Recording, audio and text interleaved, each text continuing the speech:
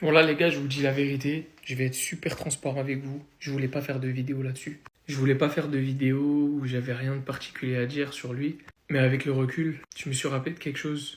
Tout d'abord déjà, toutes mes condoléances à la famille. Parce que vraiment, il venait de se marier. Il avait 3 enfants. Et je peux vous assurer que en ayant des enfants, tu te sens forcément concerné quand tu vois quelqu'un qui est aussi jeune, il était plus jeune que moi, perdre la vie. Premièrement, ne pas oublier les gars que croyant ou non croyant, la mort c'est un rappel. On va tous passer par là. Et que ça nous fasse peur ou pas, faut garder en tête qu'on va tous y passer un jour. Je comprends totalement la peine de tous les gens qui ressentent cette peine. Parce que c'est soudain, parce qu'il était jeune, parce que c'est arrivé dans un accident de voiture avec son frère. Donc vraiment toutes mes pensées à la famille. Mais ce que je voulais vraiment dire, et c'est pourquoi je me suis décidé à faire une vidéo, c'est que si vous vous rappelez, sur la fin de la saison peut-être, et même une bonne partie de la saison depuis son retour de blessure, Diogo Jota, il était critiqué. Il était très critiqué par les supporters de Liverpool, même des fois par certains supporters du Portugal. Et c'est quelque chose que je peux comprendre. En vrai, c'est quelque chose que je peux comprendre. Et ce que je dis, bien évidemment, je l'applique à moi, le premier, qui est une audience, qui fait des vidéos sur les joueurs et qui, est des fois, mâche pas mes mots, qui les critique. Des fois, on a tendance à oublier que c'est un sport. On a tendance à oublier que c'est que du divertissement. On a tendance à oublier que derrière tout ça, il y a des humains, il y a des familles, il y a des proches. On a tendance à oublier que quand on critique un joueur sur les réseaux sociaux, bah pour nous, c'est juste une vidéo, c'est juste un tweet, c'est juste une story. Mais qu'en réalité, la vraie vie, c'est tellement au-dessus de tout ça. Il a beaucoup apporté à Liverpool. Et pourtant, ça n'empêchait pas les gens de critiquer. Et des fois, de manière peut-être trop véhémente. Donc je me permets juste de faire cette vidéo pour vous rappeler que ce soit Diogo Jota, que ce soit n'importe quel joueur sur cette planète. Et je vous le dis à vous pour me l'appliquer à moi-même en premier. On peut critiquer les matchs d'un joueur, bien évidemment, quand on parle de sportif, etc. Gardons en tête que c'est que du football, que les atteintes à la personne, que les insultes, que les injures, que le manque de respect, que le harcèlement, ben en fait, ça n'a pas sa place dans quelque chose d'aussi banal dans la vraie vie que le football, dans quelque chose qui est censé être là juste pour nous divertir. Parce que le jour où il y a un drame, voilà ce qui se passe. Tout le monde pleure les morts. Comme disait Rolf, on n'insulte pas un mort qui soit bon ou mauvais. Donc les gars, la prochaine fois que vous voudrez insulter Ter Stegen, la prochaine fois que vous penserez à aller harceler un joueur, la prochaine fois que vous mènerez des campagnes, des agendas, des pressings, comme vous appelez ça aujourd'hui, rappelez-vous, rappelons-nous, nous, je m'inclus dedans encore une fois, que derrière ça, il y a des vrais humains, il y a la vraie vie, il y a des familles derrière tout ça. Parce qu'une fois que c'est trop tard, on ne peut plus rien faire. Donc voilà, c'était juste mon petit message, le message que j'avais à faire passer. Encore une fois, toutes mes condoléances à la famille, parce que j'imagine pas l'épreuve que ce doit être. Et j'espère de tout cœur qu'ils trouveront la force de surmonter ça. Malheureusement, il n'y a pas le choix, mais j'espère qu'ils y arriveront. Pour lui, pour son frère, pour sa femme, ses parents, ses enfants qui vont devoir grandir sans père.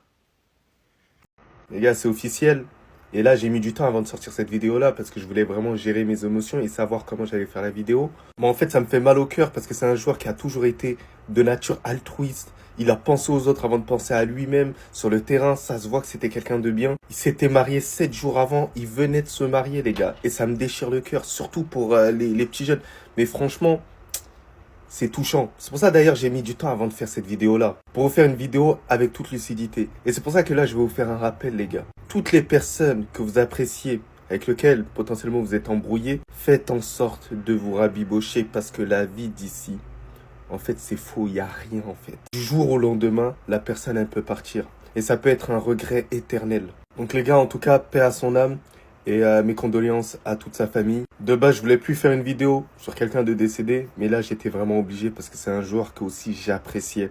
Donc voilà. Mais sinon, en vrai, c'est à toi, moi en tout cas, bien, alhamdoulilah. Sa sélection a pris parole, les gars. C'est la journée du drame, en fait. C'est tellement brutal. Diogo Jota vient officiellement de décéder. L'accident se serait produit sur le territoire de la commune de Palacios de Sanabria en Espagne. Le véhicule dans lequel il voyageait avec son frère aurait quitté la chaussée, provoquant un incendie. Selon les témoins, la voiture aurait été entièrement embrasée et les flammes se seraient également propagées à la végétation alentour. Vous l'avez compris, son frère aussi est aussi parti par la même occasion. Et Diogo Jota, il laisse sa femme veuve avec qui il s'était marié le 22 juin dernier. Et par la même occasion, il laisse 3 enfants derrière. J'avais pas les larmes aux yeux à la base en faisant cette vidéo, mais plus je suis en train de vous raconter là les gars, plus je me rends compte des faits. La fédération portugaise vient de poster par la mort de Diogo Costa et son frère André Silva ce matin en Espagne. Ils sont tous dévastés, bien plus qu'un joueur fantastique avec presque 50 sélections, une personne extraordinaire respectée par tous ses coéquipiers, une joie contagieuse, une référence. Pas de monétisation dans cette vidéo, je m'arrête ici. Quel drame. Un drame immense pour le football qui se retrouve en deuil aujourd'hui. On se réveille ce matin et on apprend la mort de Diogo Jota avec son frère dans un accident de voiture. En tant que créateur de contenu football, mais surtout et avant tout fan de football, c'est peut-être la vidéo la plus dure que j'ai à faire. Cet attaquant polyvalent qui pouvait jouer partout sur le front de l'attaque, qui a illuminé les terrains de la Première Ligue, qui a porté fièrement le drapeau de la sélection et qui venait tout juste de remporter une Ligue des Nations. Il venait de se marier il y a 10 jours et cela nous rappelle une chose, que la vie ne tient qu'à un fil, qu'elle ne tient à rien et qu'il faut profiter de chaque moment avec ses proches, avec sa famille et avec les choses qui vous passionnent. Une grosse pensée à sa famille, ses proches. Repose en paix, Diogo Jota, et que ta passion du football vive en nous. Vous savez c'est quoi le pire? C'est qu'il venait juste de se marier, le 22 juin. Il a vécu probablement un des plus beaux jours de sa vie. Il venait tout juste de prendre la Ligue des Nations, son premier trophée avec le pays. Il venait juste d'avoir sa toute première Première Ligue cette saison avec Liverpool. On aurait pu même dire qu'il était sur un pic de joie dans sa carrière, même dans sa vie personnelle, sur cette année 2025, pour qu'au final, il meure sur cette même année. C'est terrible. C'est terrible. Comme quoi, la mort ne prévient pas. Et c'est pas comme si ça s'arrêtait qu'à lui, puisque son frère aussi meurt dans le même accident de voiture. Le véhicule dans lequel il voyageait avec son frère aurait quitté la chaussée, provoquant un incendie. Grosse pensée à sa famille, je pense à ses parents qui ont dû perdre 2 enfants. Grosse pensée à ses enfants et sa femme, qui ont perdu un mari et un père.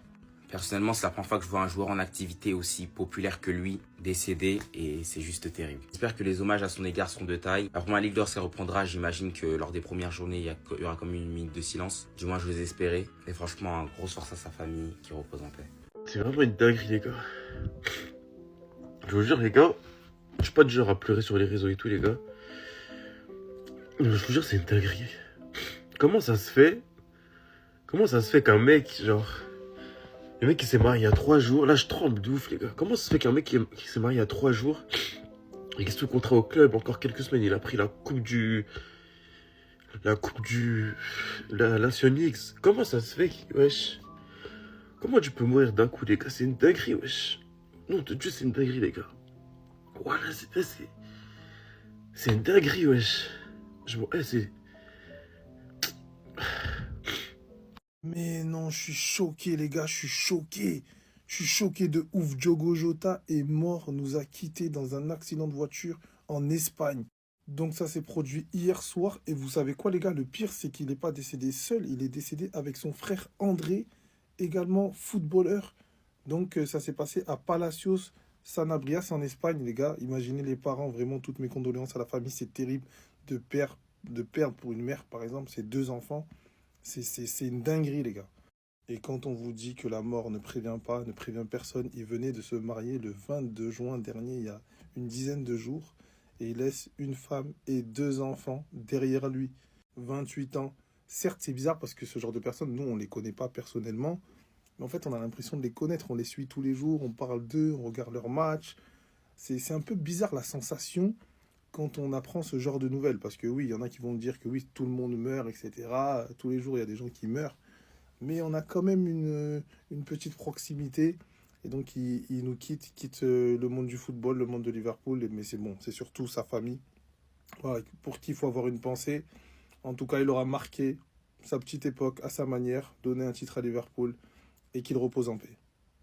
Pardon, Diogo Jota, le joueur de Liverpool, est mort hier. C'est hyper triste, il est mort hier en Espagne dans un accident de voiture. Il est monté sur la chaussée, la voiture a explosé, elle s'est enflammée.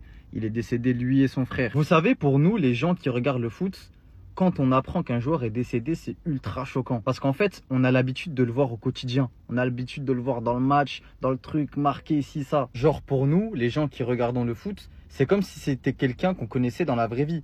Genre on l'a déjà vu et tout, genre c'est un gars à nous. Et là se dire que malheureusement tu le reverras plus jouer jusqu'à la fin de tes jours, C'est super triste. Surtout que le pauvre, une semaine et demie avant, le 22 juin, il s'est marié. Il s'est marié et il a 3 enfants. C'est ultra triste. Je crois que la dernière fois qu'un joueur de foot aussi reconnu est décédé, c'était Salah de Nantes. Comme quoi, malheureusement, tout le monde peut mourir à n'importe quel moment. Que tu as de l'argent ou pas, que tu sois connu ou pas, que tu joues au foot ou pas. Donc frère, reprends ta vie en main et commence à prier. La mort, ça ne prévient pas. Je suis choqué, j'ai même pas les mots. Limite, j'ai même pas envie d'y croire. Là, on vient d'apprendre ce matin le décès de Diogo Jota. Donc apparemment, il serait mort dans un accident de voiture avec son frère en plus. Waouh. Et je vous jure, les amis, ça nous montre que la vie, elle tient vraiment qu'à un fil qu'il faut faire ce qu'on aime dans la vie. Faut pas perdre de temps. Vraiment. En plus, c'est un 96. Il a mon âge, donc je vous jure, ça me touche. Ça me touche parce que ce joueur, tout simplement, je le kiffais de ouf. Je suis portugais, supporter de Liverpool. De toute façon, n'importe quelle mort touche forcément, mais je suis choqué. Je suis choqué. J'ai même limite pas envie d'y croire. Enfin, c'est ouf. Je finirai juste là-dessus. Grosse pensée à sa famille, son entourage, tout le monde. Voilà, c'est tout.